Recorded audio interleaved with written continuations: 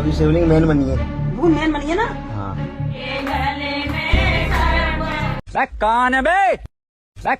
Deep ফ্রিজের ভেতর জমে থাকা বরফের আকৃতি দেখে শুরু হয়েছে পূজা অর্চনা। কেউ ফুল দিচ্ছেন, কেউ প্রণাম করছেন, আবার কেউ দিচ্ছেন প্রণামী, আবার কেউ দাবি করছেন এটি অমরনাথের বরফের শিবলিঙ্গের অলৌকিক আবির্ভাব।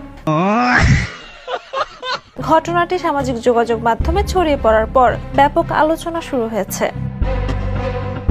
এই ঘটনাটি ভারতের উত্তরপ্রদেশের আগ্রা শহরের একটি বাড়িতে ঘটেছে বলে দাবি করা হচ্ছে। ভাইরাল ভিডিওতে দেখা যায় ডিপ ফ্রিজের ভেতরে জমে থাকা বরফের একটি অংশ অনেকের কাছে শিবলিঙ্গের মতো মনে হয়েছে। এরপর সেখানে স্থানীয় কিছু মানুষ জড়ো হয়ে পূজা অর্চনা শুরু করেন। এমনকি একজন পুরোহিত উপস্থিত হয়ে অমরনাথের শিবলিঙ্গের মাহাত্ম্য নিয়ে বক্তব্য দেন বলে ভিডিওতে দেখা যায়।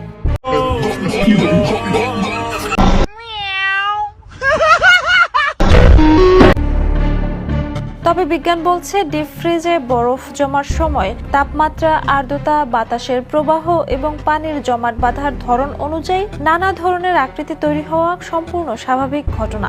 এসব আকৃতিকে অলৌকিক ঘটনার প্রমাণ হিসেবে দেখার কোনো বৈজ্ঞানিক ভিত্তি নেই।